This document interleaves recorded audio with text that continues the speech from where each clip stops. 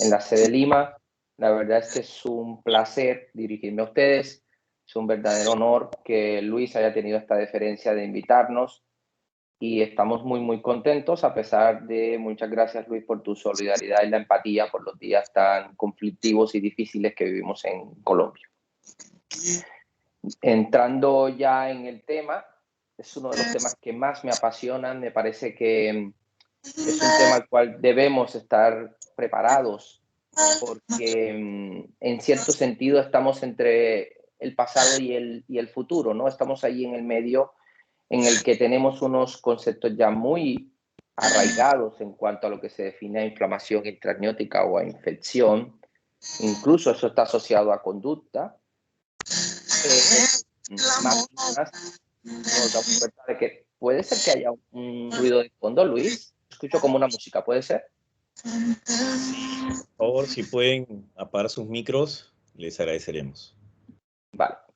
Vale, pensé que era yo. Entonces, les decía que yo creo que es el momento de que mucha de la evidencia que ya está allí, que es palpable, que esta tecnología puede ser que tome un tiempo más para estar en Latinoamérica, pero más y más vamos a ver evidencia apuntando hacia el microbioma vaginal. Nuestros colegas que hacen infertilidad lo conocen ya de base, cómo el microbioma afecta la fertilidad, el microbioma que se encuentra en el endometrio, y poco a poco los obstetras tenemos que aceptar de que esto tiene un impacto directo en el parto prematuro.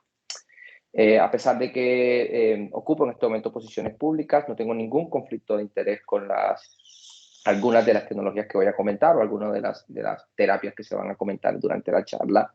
Y quisiera empezar comentando un dogma que tenemos en obstetricia. Y el primer dogma es que algunas veces en algunas pacientes, y todavía no lo terminamos de entender, aquellos microorganismos que están contenidos en vagina son capaces de alguna manera de pasar a través del cervix, llegar hasta la decidua, invadir las membranas, llegar hasta el líquido amniótico y lamentablemente ser deglutidos por el feto y generar un síndrome de respuesta inflamatoria fetal. Una diapositiva casi que ya clásica, conocida por la mayoría de ustedes porque es un concepto derivado de un paper publicado en 1988 por el profesor Roberto Romero, cuando en ese momento se encontraba en la Universidad de Yale.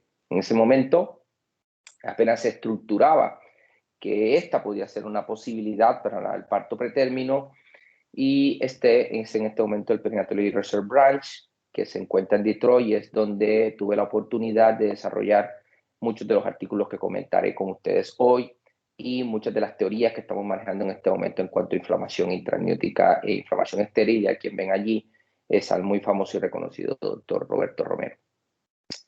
¿Por qué estamos hablando de esto? Yo creo que la clínica internacional tiene mucha razón en que hablemos de parto pretérmino y de inflamación intramniótica, porque lamentablemente nosotros conocemos de que hay una relación indirecta. Es cierto que la mayoría de partos prematuros van a tener una alta sobrevida, sobre todo aquellos que se presentan después de las 35 semanas, pero los que nos representan un gran challenge, un gran desafío, son aquellos que se presentan antes de las 32 semanas, porque el porcentaje de aquellos que mueren en el primer día es muy alto, sobre todo en países en vía de desarrollo, porque esto también es una realidad para aquellos que estamos trabajando con muy pocos recursos o que vemos dentro de nuestras propias ciudades como algunas clínicas pueden tener algunos recursos y otros no. Y es que está establecido que si tú mapeas las 123 millones de muertes neonatales e infantiles que se presentaron entre el 2000 y el 2017, lamentablemente, una de las conclusiones que se sacan es que la desigualdad, así como la prematuridad, la desigualdad es el mayor determinante de mortalidad neonatal en el mundo. Pero ¿de dónde vienen estos microorganismos? Y el segundo dogma que tendríamos que comentar es si reforzamos el concepto de si la cavidad amniótica estéril, eso es estéril o no. Esto va a ser fundamental para que hablemos de inflamación intramniótica estéril, por lo cual traten ustedes mismos de preguntarse, ¿esto está claro? ¿Es la cavidad amniótica estéril o no? Y aquellos que respondan rotundamente, claro, eso es bien sabido, pues tengan en cuenta que en el 2014 se presentó una gran controversia en cuanto al tema, porque varios artículos publicados en revistas de muy alto impacto describían que se había encontrado un microbioma propio de placenta, por así decirlo, desafiando el dogma de que no se tomaban las bacterias al nacer, sino que ya había un contacto con bacterias antes del nacimiento. Si te pones a pensar, esto que es la vida que pasamos desde la vida intrauterina a la vida extrauterina tiene unos cambios muy importantes. De vida intrauterina pasas de un ambiente acuático, ¿no?, a una vida extrauterina, de un ambiente seco, donde los pulmones deben hacer intercambio gaseoso, pasas de un ambiente tibio a un ambiente frío, un suplemento constante de nutrientes de tu madre a que requieras una alimentación intermitente, y otro de lo que entendemos es que debe haber un ambiente estéril y que solamente nuestro sistema inmune va a tener que hacer contacto con estos patógenos al nacer. Eso es lo que tenemos establecido hasta este momento. Pero ¿qué evidencia tenemos de que la cavidad amniótica es estéril? Pues mira, este paper de 2010 ya creo que soportaba el hecho de que la cavidad amniótica sea estéril, porque fue hecho en la Universidad de Puerto Rico, en San Juan, mostrando cómo el tipo de parto que se tenga, ya sea es un parto vaginal o una cesárea, es la que determina el microbiota que te va a ti a colonizar en los primeros días de vida. Entonces lo que se hizo fue que se comparó el microbiota que se presentaba en las heces de los recién nacidos en los primeros 2 días de vida, comparando si ese recién nacido había tenido un parto vaginal o una cesárea. Pues si te pones a pensar, si el microbiota ya hubiera estado en contacto antes del parto, pues entonces no hubiera ninguna diferencia. Pero en realidad sí que se vio claramente como aquellos bebés que nacen por un parto vaginal, a los 2 días de vida, las bacterias que colonizan primero su intestino y que probablemente van al meconio, pues son más asociados a lo que vemos en vagina, y es así como se encontró lactobacilos, prebotella, Escherichia, mientras que aquellos que nacieron por cesárea tenían una flora completamente diferente. Esto que están viendo aquí es un principal component análisis, en donde ustedes están viendo cómo aquellos niños neonatos que habían nacido por cesárea, fíjate en azul claro, pues tenían unas bacterias más parecidas a aquellas de la piel de la mamá, mientras que aquellos que habían nacido por vía vaginal pues tenían bacterias más parecidas a las que tenía la vagina de la madre, lo cual reafirma que el microbioma de los recién nacidos por cesárea estaba más relacionado a la piel del quirófano. Esto es importante, claro que es importante, porque fíjense que mucha de la evidencia que asocia el asma con la cesárea puede ser que esté relacionado con esto, precisamente el tipo de microorganismos con los cuales tú te enfrentas al nacer. Y es así como 23 estudios en este último metaanálisis mostraban que sí que aumenta el riesgo por cesárea si tú aumentas por cesárea. Pues esta controversia en realidad se ha saldado con un último artículo publicado antes de la pandemia, el 15 de agosto de 2019, en donde se volvió a hacer este estudio, donde se tomaron muestras de placentas de la manera más estéril posible. Además de eso, se tomaron muestras de los propios kits donde se tomaba la muestra, mostrando de que no se encontraron bacterias en la placenta, por lo cual en este momento no hay evidencia que apunte de que la cavidad amniótica y que la placenta no es estéril, porque en este momento no se encontró microbiota, y aquellas publicaciones que salieron en el 2014 todavía terminan siendo muy conflictivas. ¿Por qué es importante que establezcamos que no deberían haber bacterias ni ningún tipo de microorganismo? Porque la base de que alguno de los partos pretérminos se produce por infección es precisamente que cuando encontramos estos microorganismos aquí, pues pensamos de que esta es la causa y este es la principal origen de nuestras infecciones. Y por muchos años hemos tratado de hacer un tratamiento de esa vaginosis bacteriana, tratando de reducirlo. Y si nos vamos a ver en cuanto a tratamientos efectivos para reducir el parto pretérmino, si tratamos la bacteriuria asintomática, sí que disminuimos el parto prematuro. También es así como la enfermedad periodontal claramente aumenta el riesgo de parto prematuro. Y también el hecho de que tengas una infección vaginal durante el segundo trimestre aumenta el riesgo de parto prematuro. Cierto es que, a pesar de esta evidencia tan clara, pues cuando hacemos tamizajes y tratamientos no se produce la reducción. Entonces, ¿deberíamos tratar pacientes asintomáticas? Pues la historia nos ha mostrado que cada vez que se ha intentado hacer un tratamiento en antibiótico para tratar vaginosis bacteriana en el embarazo, pues los resultados no son concluyentes. Es así como no hay disminución de parto prematuro antes de las 37 semanas, y tampoco hay disminución en pacientes que hayan tenido un antecedente de parto prematuro. Por lo cual, en este momento no está recomendado hacer un tratamiento a todas las pacientes y incluso algunos estudios, cuando se randomizan, fíjate este estudio que fue publicado en el 2004, te mostraba que si randomizabas en aquellas pacientes en las cuales se había hecho un test de Gram para identificación de vaginosis bacteriana, pues donde se había hecho la intervención, sí que se reducía. Fíjate cómo se produce una reducción clara del 5.3% al 3% de parto prematuro. O sea que sí parece ser de que una estrategia enfocada puede disminuir el parto prematuro, pero si hacemos un tamizaje no se produce una disminución. También se encontró claramente como la vaginosis bacteriana tiene una prevalencia hasta del 13% de Candida albicans. Y el último estudio publicado en Lancet también, tratando de disminuir el parto prematuro antes de las 32 semanas, randomizando pacientes a un ciclo de clindamicina versus 3 ciclos de clindamicina versus placebo, no mostró una disminución de riesgo de parto prematuro. Entonces, ¿por qué estamos fallando en esto? ¿Por qué no podemos reducir el parto prematuro si parece ser que la mayoría de las infecciones vienen de ascendencia de vagina? Y puede ser que la respuesta está aquí. La respuesta está en que no estamos contando en este momento con las herramientas adecuadas. En este momento lo que estamos tratando de hacer es utilizar técnicas de cultivo para utilizar estos criterios que utilizamos para vaginosis bacteriana basados en cultivos para identificar una disbiosis.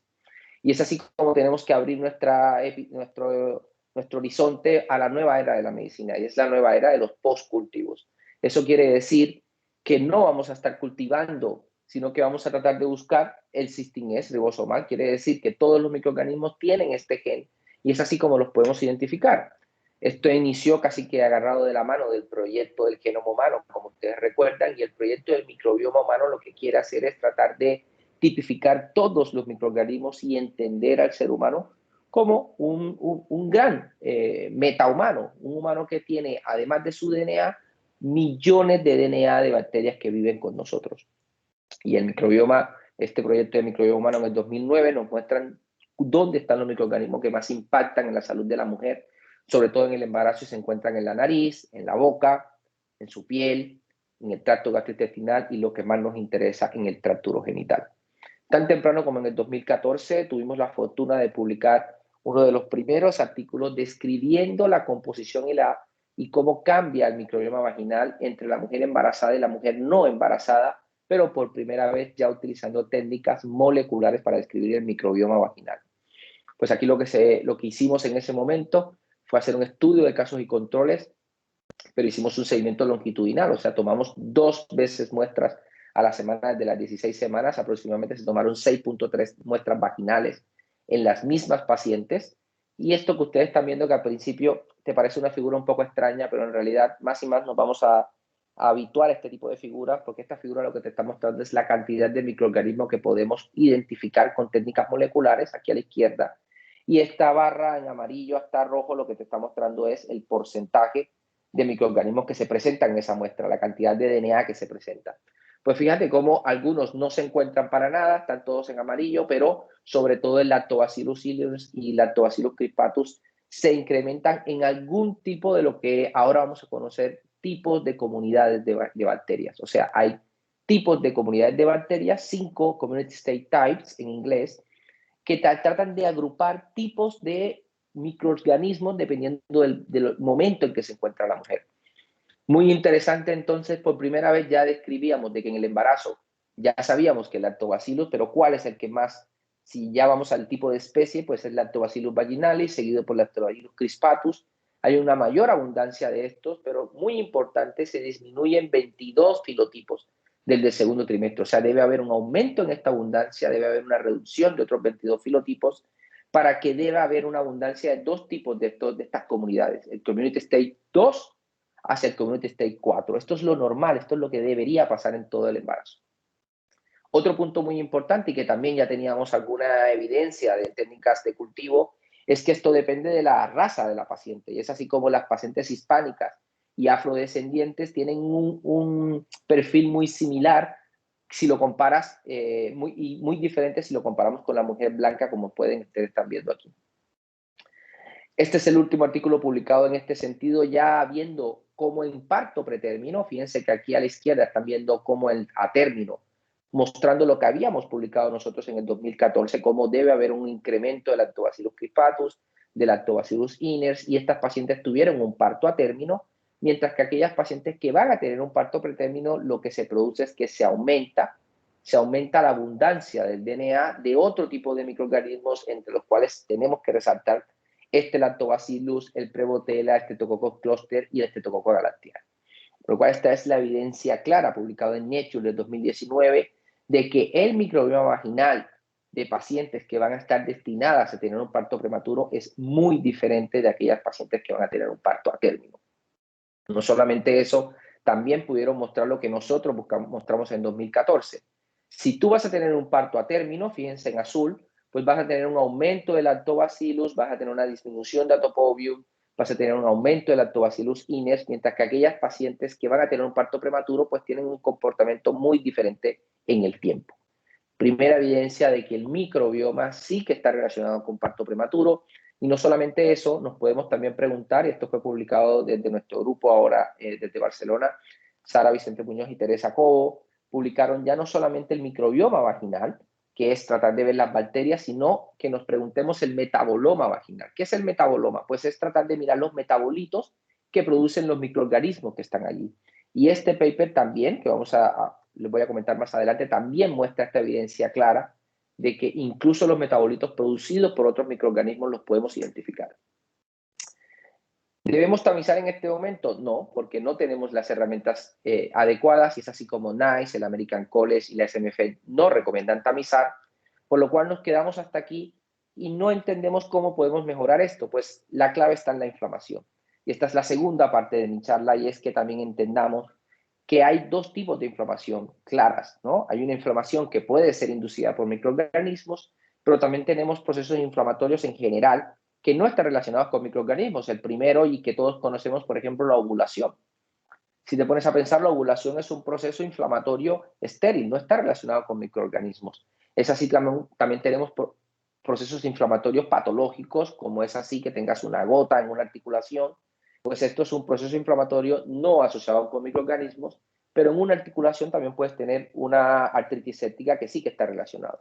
Pues eso es importante, porque si solamente asociamos la infección con el síndrome de parto prematuro y hacemos una amniocentesis, pues aproximadamente en el 20% de pacientes que tienen un parto prematuro, fíjense aquí en la frecuencia de infección en parto prematuro, y esto es utilizando cultivos, lo que utilizamos ahora, el 20% de las pacientes vamos a encontrar microorganismos, y si lo aplicamos a ruptura prematura de membranas, esto puede ser tan alto como el 55%, ¿vale? En total, aproximadamente un cuarto de las pacientes que tienen un parto prematuro van a tener una infección, y estos son los microorganismos que encontramos cuando hacemos un cultivo.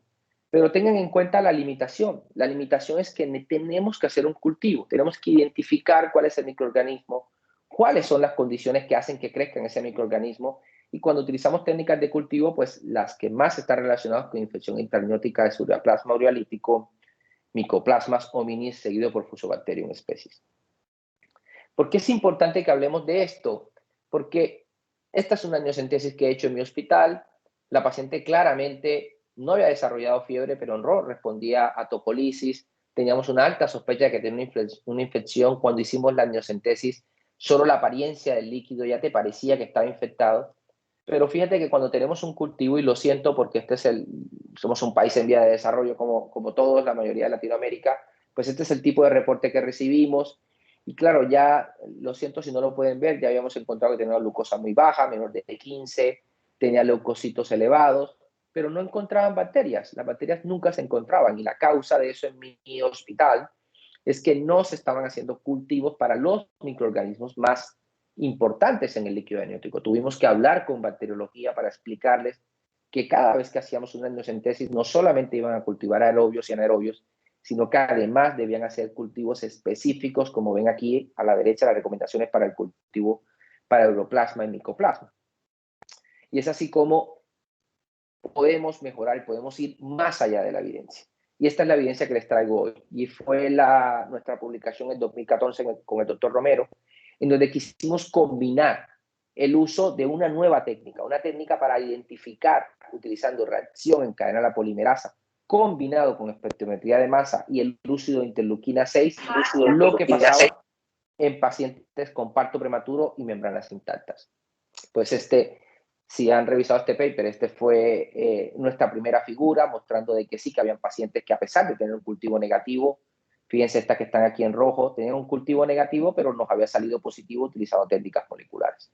Pero si hicimos una combinación de este concepto, si combinamos el concepto de tomar las bacterias que podemos utilizar con PCR combinado con inflamación, y este fue nuestro segundo paso, combinar las técnicas moleculares con inflamación, o sea, tratar de evaluar la interleuquina 6 que se encuentra en el líquido amniótico de pacientes que tengan una infección o una inflamación.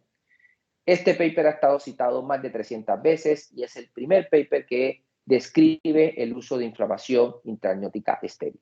Y en este concepto lo que definimos fueron estos 4 grupos, que es lo que pensamos, que es lo que determina en este momento que tú tengas una paciente con una inflamación intraamniótica. Cuando haces una amniocentesis utilizando técnicas moleculares combinado con interleuquina 6 o combinado con metaloproteinasa 8, que funciona igual de bien, pues te vas a encontrar con 4 grupos. Un grupo que definimos como inflamación intraamniótica estéril, que es aquella en donde vas a encontrar inflamación, pero no vamos a encontrar microorganismos, incluso si utilizamos técnicas moleculares. Otro grupo que identificamos como infección intraamniótica, la cual definimos como una interleuquina 6 elevada asociado a microorganismos. Los 2 grupos de inflamación arriba. Por último, vamos a encontrar 2 grupos en los cuales no encontramos inflamación. En uno sí que encontramos microorganismos. Esto lo denominamos Microbial Invasion of the Amniotic Cavity, MIAC. Y hay un cuarto grupo en el cual no encontramos ni microorganismos ni inflamación. Pues, ¿qué pasa con estos 4 grupos? Que si tú combinas esta información con inflamación, pues encontramos estas barras. Y estas barras lo que querían o lo que muestran en este paper es como en partos prematuros antes de la semana 30, fíjense, semana 30, semana 32, semana 34, de manera muy impactante, lo más frecuente que tengamos en pacientes con membranas intactas es inflamación intraamniótica estéril. O sea, la inflamación intraamniótica estéril es más frecuente que encontrarla asociada a microorganismos, y esto fue consecuente a la semana 30, 32, 34 e incluso 37. O sea que en este momento este paper describe cómo el parto prematuro podría estar más asociado a inflamación que la identificación de microorganismos. Otra vez citado más de 320 de este paper. Y aquellos que se preguntan si esto es importante clínicamente, claro que sí, porque cuando comparamos aquellas pacientes, esto es una curva de supervivencia, pues cuando comparas los pacientes que estaban en rojo, fíjate, las que tenían una infección intraamniótica, o sea, que encontramos un microorganismo asociados a inflamación, pues tenían un time to delivery, o sea, un tiempo para el parto muy cortico, pero era similar a aquellas pacientes que tienen una inflamación estéril. Eso le trae un mensaje muy importante. La inflamación en realidad es el determinante más importante de un parto prematuro o del tiempo en que se demora en tener el parto. Esto ya se ha reportado hace mucho tiempo. En el 2004 había un paper mostrando de que podía ser que encontraras inflamación con cultivos negativos, pero en ese momento no se contaba con las herramientas para definirlo como inflamación intraamniótica estéril. Nosotros aplicamos el concepto de inflamación intraamniótica estéril en todos los grandes síndromes obstétricos asociados a parto prematuro, y es así como posteriormente lo publicamos en ruptura prematura de membranas, en pacientes con cervix corto. Y para hacer un resumen de estas publicaciones, pues fíjense que esta, que es la inflamación intraamniótica estéril, en las pacientes con parto prematuro con membranas íntegras puede ser tan alto como el 11%, igual de importante ruptura prematura de membranas. Obviamente en corionitis clínica es más importante la infección, y ojo, muy importante, hasta el 10% de pacientes que tienen un cervix corto tienen inflamación intraamniótica. Esto es importante. Sí es importante para nuestros niños. Fíjense este estudio publicado en el 2020 que muestra que aquellos bebés que nacieron, tuvieron 66 niños nacidos antes de las 34 semanas y que los evaluaron a los 7 años de vida, pues aquellos bebés que tienen una inflexión intraamniótica, pues van a tener un peor performance, a pesar de que hayan nacido antes de las 34 semanas y a pesar de que hayan sobrevivido, hayan salido de la UCI, pues a los 7 años van a tener peor desarrollo en la escuela. Y esto es importante porque lo que determinó que esos bebés tuvieran peor resultado fue claramente que tuvieran interleuquina 6 elevado. Fíjate que es más importante tener interleuquina 6 elevado que la presencia de bacterias.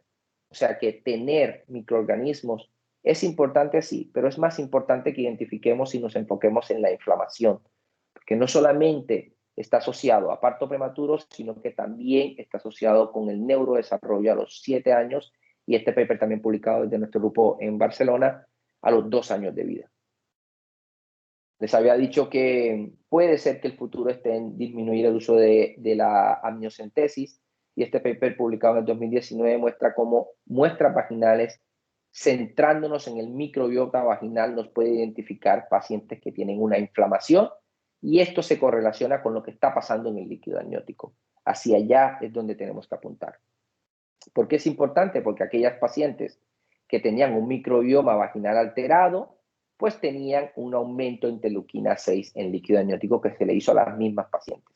Por lo cual, si tienes una interleuquina 6 elevada, eso se asoció a una reducción del lactobacillus en el microbioma vaginal. Este paper, por lo tanto, está haciendo el link de lo que les estoy comentando. Lo que pasa en vagina es que se te disminuye el lactobacillus, aumenta otro tipo de microorganismos que no deberían estar allí, y lo que está pasando en el líquido amniótico es que se aumenta la interleuquina 6 y la inflamación intraamniótica. Es importante de lo que estamos hablando porque pensamos que deberíamos explorar o seguir explorando el impacto que tiene la inflamación intraamniótica en la parto prematuro. Pues porque a lo que estamos apuntando en este momento es tratar de tratar la inflamación intraamniótica. ¿Podemos tratarla? Yo creo que la mayoría de ustedes han podido o han tenido la posibilidad de revisar este paper, pero yo creo que este paper es importante porque abre la puerta por primera vez a que como obstetras consideremos erradicar infección intraamniótica. Por mucho tiempo hemos defendido que si identificamos un microorganismo en el líquido amniótico, la paciente debe ser finalizada. Pues este paper, en colaboración del doctor Romero, el doctor Agustín Conde y el grupo de Corea del Sur, hicieron una serie de casos retrospectiva en pacientes que habían tenido un parto pretermino con membranas íntegras, que habían hecho amniocentesis y tenían un cultivo positivo, ya sea utilizando cultivos y PCR. En ese momento utilizaron metaloproteinasa 8 para definir la inflamación intraamniótica, y este paper por primera vez muestra que en aquellas pacientes en las cuales se identificó inflamación intraamniótica utilizando este esquema antibiótico, que consiste en la aplicación de ceftriaxona, 1 gramo endovenoso cada 24 horas, más claritromicina oral, 500 miligramos cada 12 horas, más metronidazol, 500 miligramos endovenosos cada 8 horas, fue capaz de reducir y de resolver completamente la inflamación cuando se hizo una segunda amniocentesis en 15 de 19 pacientes. Eso quiere decir el 79% de las pacientes se pudo hacer un clearance completo de la inflamación intraamniótica, obteniendo en esos pacientes, en 32% de esos pacientes, un parto cerca al término. Puede ser que esto sea importante, y fíjense este paper que fue publicado en el 2006 en el New England Journal of Medicine. Los que ya lo están utilizando, tengan en cuenta que debemos tratar de mejorar el cubrimiento antibiótico, y esto es solamente una idea suelta, pero que yo creo que reafirma el hecho de que incluso si colocamos acitromicina en pacientes que van a cesárea para un parto prematuro o que tengan ruptura prematura de membranas, disminuye claramente casi un 49% las endometritis y las infecciones de la herida. Quiere decir que ese cubrimiento antibiótico, ya sea con claritromicina, acitromicina, sí que funciona. Esto podría aplicarse a otro de los grandes desafíos que tenemos en obstetricia, y es a las pacientes que ingresan a nuestros servicios de urgencia con una insuficiencia cervical o con una dilatación completa con membranas prolapsadas. Pues esta es una pregunta que se ha respondido muy recientemente con un artículo muy pequeño, pero yo creo que tiene una enseñanza muy clara, y es que en aquellas pacientes en las cuales tenían una insuficiencia cervical, se hizo la evaluación midiendo la inflamación intraamniótica. Fíjense cómo ya describen la inflamación intraamniótica estéril, que es un concepto que más y más está agarrando fuerza, y muestran cómo claramente, si tú tienes una paciente con estas características y tienes inflamación intraamniótica, el tiempo al parto es muy, muy corto, comparado con una paciente en la cual no encuentres esto. En este grupo, lo que hicieron fue que si la paciente no encontraba interleuquina, pues sí que le colocaban un cerclaje, mientras que si a la paciente le encontraban interleuquina, no optaban por hacerlo. Este es un caso de nuestra unidad, y es lo que vemos lamentablemente en algunas pacientes. Esta era una paciente abortadora recurrente que había tenido 5 pérdidas y un parto prematuro con muerte perinatal, y que a las 21 semanas llega a nuestra unidad para una ecografía de detalle anatómico. Teniendo en cuenta la historia, vamos a hacer una ecografía y ya nos encontramos con esto, completamente asintomática. Pues fuimos a hacer los cultivos y la amniocentesis, y sí que al no encontrar la inflamación, pues colocamos antibióticos y colocamos un cerclaje fíjense cómo después de colocar el cerclaje pudimos tener un bebé de 39 semanas con 3.100 gramos. Esto ha pasado en nuestra unidad y es a lo que queremos apuntarles de aquí en adelante.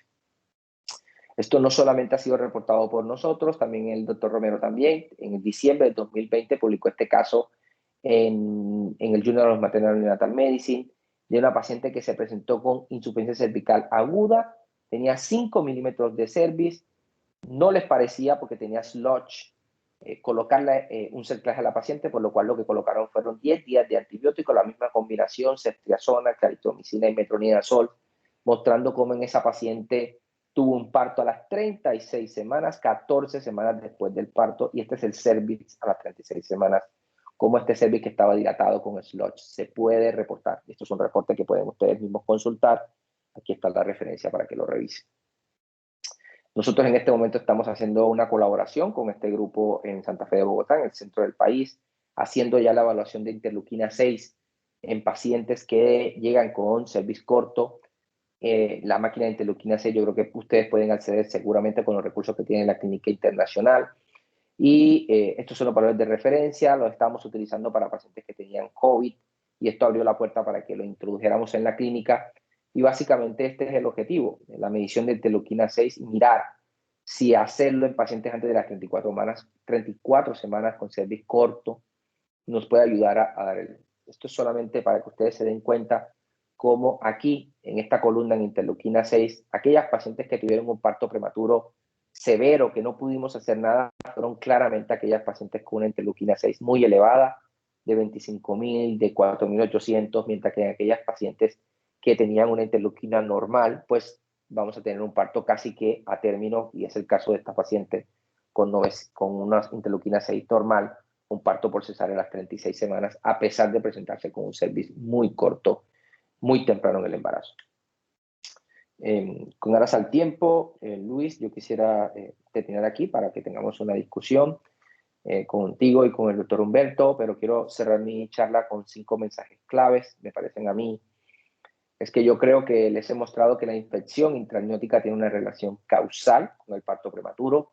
Aún así, la presencia de inflamación intramniótica tiene unos resultados similares a aquellos pacientes que tienen infección, por lo cual este concepto que hemos ayudado a introducir en la literatura en cuanto a la inflamación intramniótica estéril es un concepto que tenemos que seguir explorando porque muy probablemente nos va a ayudar al manejo de estas pacientes. Es primordial, me parece a mí, que realicemos endocentesis en pacientes con cualquier manifestación de síndrome de parto prematuro. Y si es clínicamente sospechado, en aquellos pacientes seleccionados con inflamación intramniótica, se requieren más estudios. No quiero que se malentienda que he dicho que hay que colocar antibióticos a todo el mundo. Fíjense que ya hemos tenido grandes lecciones en la historia de la medicina mostrando que si no seleccionamos bien a la población no vamos a tener buenos resultados, pero sí que necesitamos más estudio tratando de identificar inflamación y esto vale la pena estudiarlo. Otra vez, muchas gracias a ustedes por la invitación y Luis, yo creo que he dejado bastante tiempo para que comentemos esto, ¿no? Muchísimas gracias otra vez.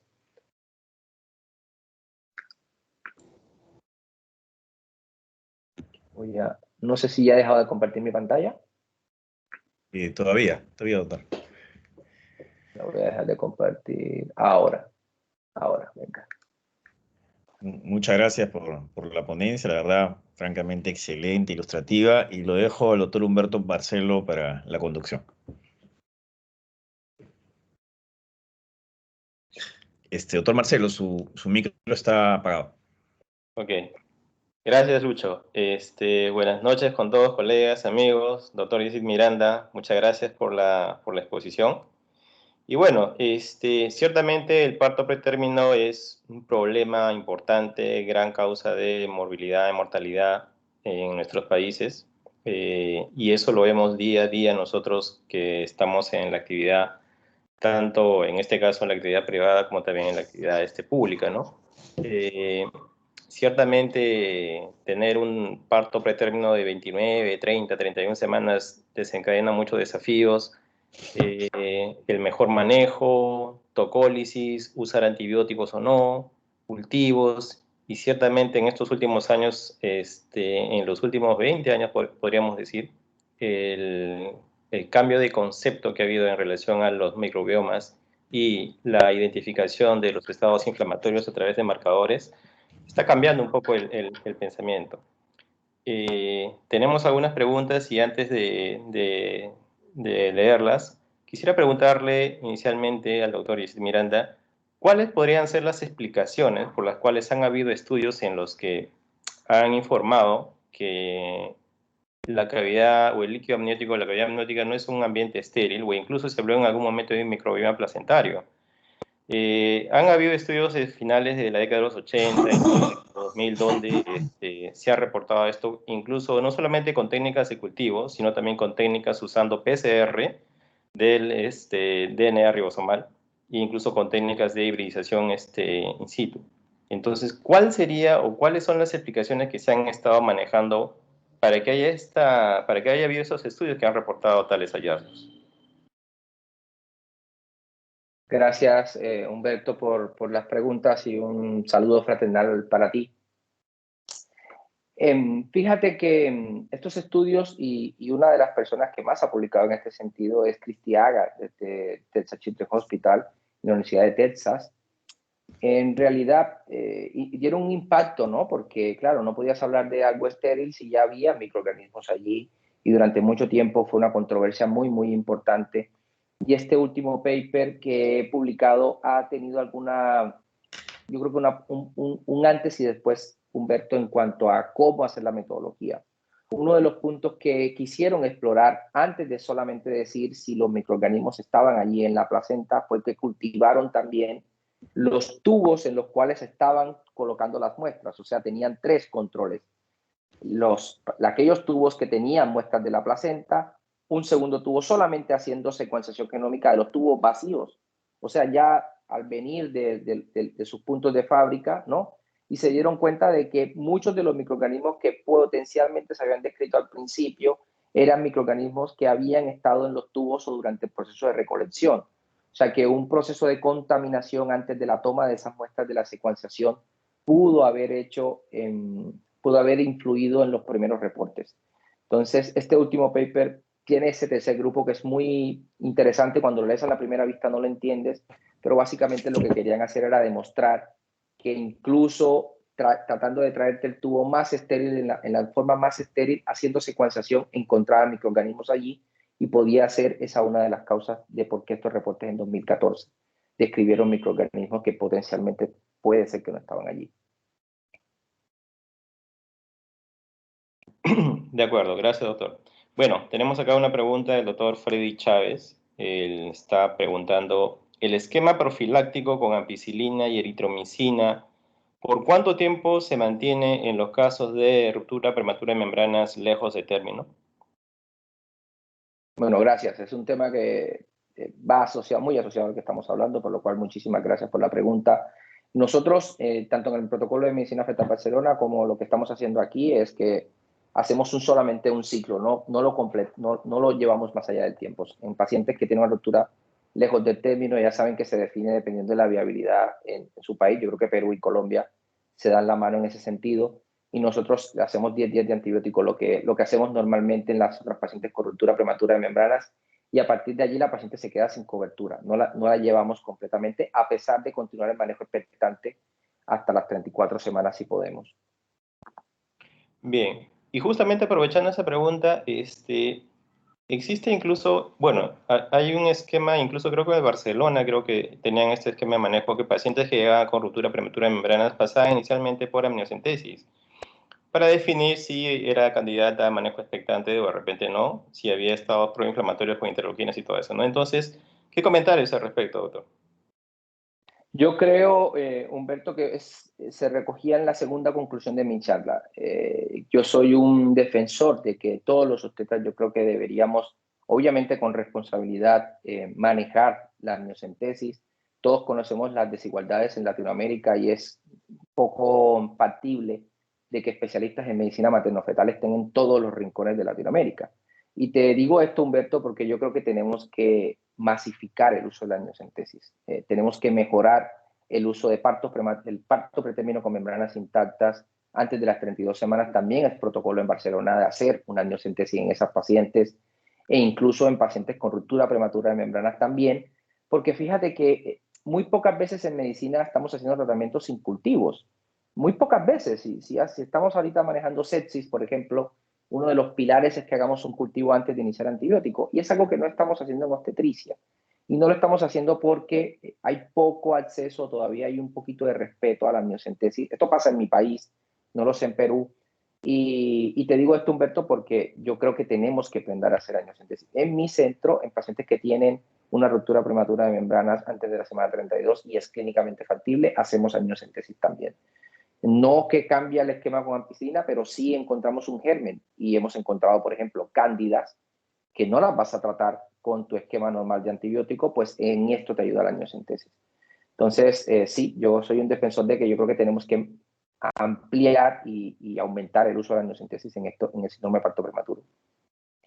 Totalmente de acuerdo. Bien, tenemos un par de preguntas del doctor Marcos Chanamé.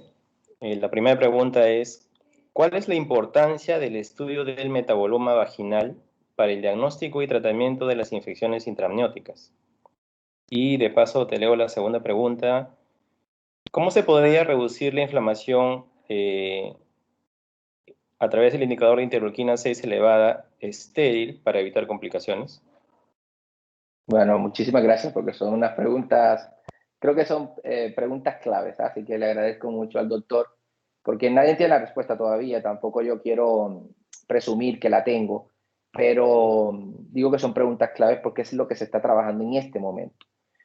A pesar de que he dicho que la amniocentesis hay que masificarla, pues obviamente si somos menos invasivos, esto sería mucho mejor. Y lamentablemente al ir a buscar interleuquina 6 en vagina, los estudios no son buenos.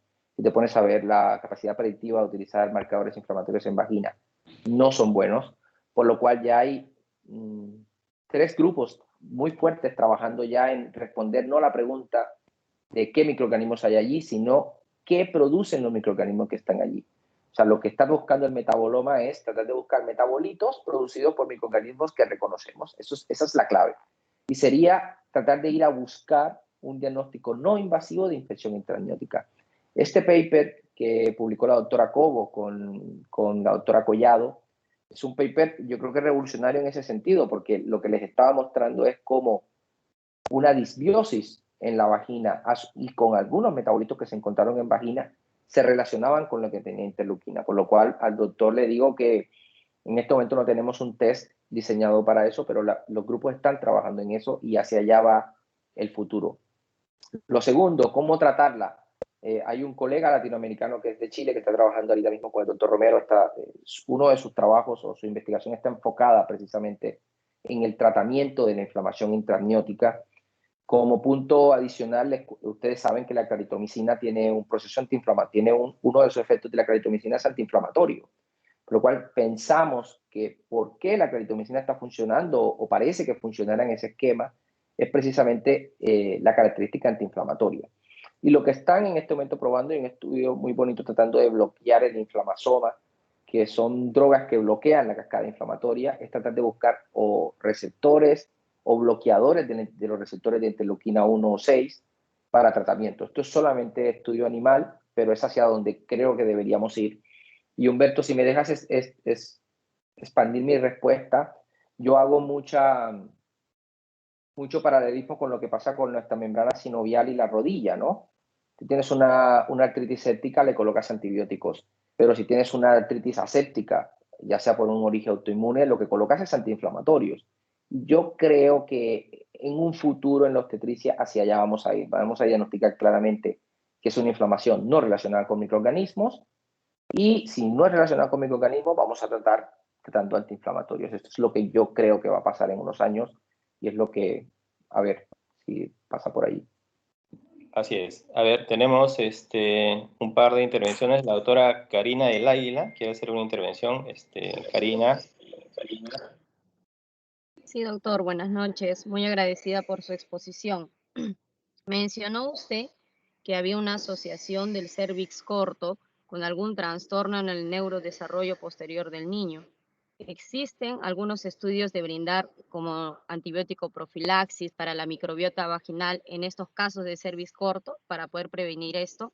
¿Se preferiría intentar algún tipo de tratamiento? Por ejemplo, me refiero a las vaginosis recurrentes, que por ejemplo damos a las pacientes 2 óvulos por semana, como el metronidazol. ¿Se puede intentar o hay algún estudio al respecto? Gracias.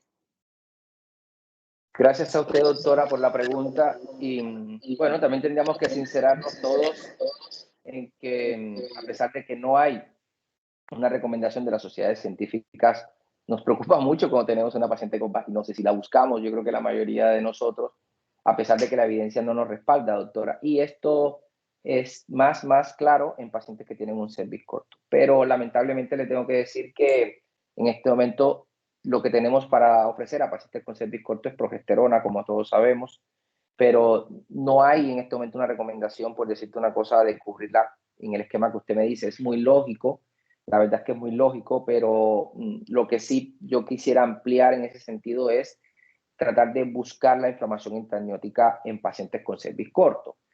Muchos de nosotros nos metemos a hacer un cerclaje, por ejemplo, sin saber si la paciente tiene una inflamación intraamniótica. Es poco probable que ese cerclaje te ayude si tienes adentro una inflamación intraamniótica. Entonces, doctora, para ser puntual con la pregunta, no tenemos una recomendación para antibiótico en cervix corto en este momento. Progesterona, tratar obviamente de identificar si hay una infección y tratarla, pero no de dar antibiótico, por decirte una cosa, 8 semanas si la paciente tiene un cervix corto. En este momento no tenemos esa evidencia, a pesar de que sabemos que se asocia con parto prematuro y con retraso en el neurodesarrollo, como usted lo comentó. Bien, gracias. Doctor, tenemos una pregunta del doctor Wilfredo González. Bueno, creo que es algo que se estuvo comentando ya anteriormente, pero de repente para ampliarlo un poco más. Dado lo planteado, ¿cuál sería el papel de los antiinflamatorios en el manejo de estos pacientes? En este momento ninguno, como he dicho, la única que tenemos a la mano en ese esquema es la claritromicina, que tiene efectos antiinflamatorios in vitro, pero te lo digo porque no podemos entonces pasar a darle prednisolona ni tratar de colocar ningún antiinflamatorio porque en este momento la evidencia no nos muestra y todos debemos por lo menos esperar la evidencia, por lo cual no hay estudios con ciclooxigenasas, hay estudios in vitro muy bonitos bloqueando el receptor de interleuquina 1. A las pacientes se les coloca un estresor, que es un DAMPS, en cavidad amniótica, son ratones. Después de eso se les coloca el bloqueador de interleuquina 1 y no paren comparado con aquellas que no se les había colocado. Esa es la base para pensar que un antiinflamatorio puede funcionar, pero clínicamente en este momento no hay una recomendación de colocar antiinflamatorios. La que tenemos a la mano, repito, podría ser claritromicina. De acuerdo. Hay una intervención del doctor Luis Guerra. Lucho, adelante. Sí, doctor Jessy, dos preguntas. La primera es si juega algún rol los probióticos o lactobacilos para mejorar la microbioma y que esta no conlleve un parto pretérmino. Y la segunda es, tengo entendido, justo he escuchado alguna ponencia de la doctora Cobos de Barcelona, que en pacientes menos de 32 semanas con amenazas o partos pretérmino, ¿no? Realizan la amniocentesis, pero creo que ellos utilizan otros antibióticos, por ejemplo, creo que no usan la claritro, están usando creo que la citro. No sé si nos puede aclarar un poco sobre los antibióticos que usan en Barcelona y por cuánto tiempo. Gracias. Sí, gracias por tu pregunta, Luis.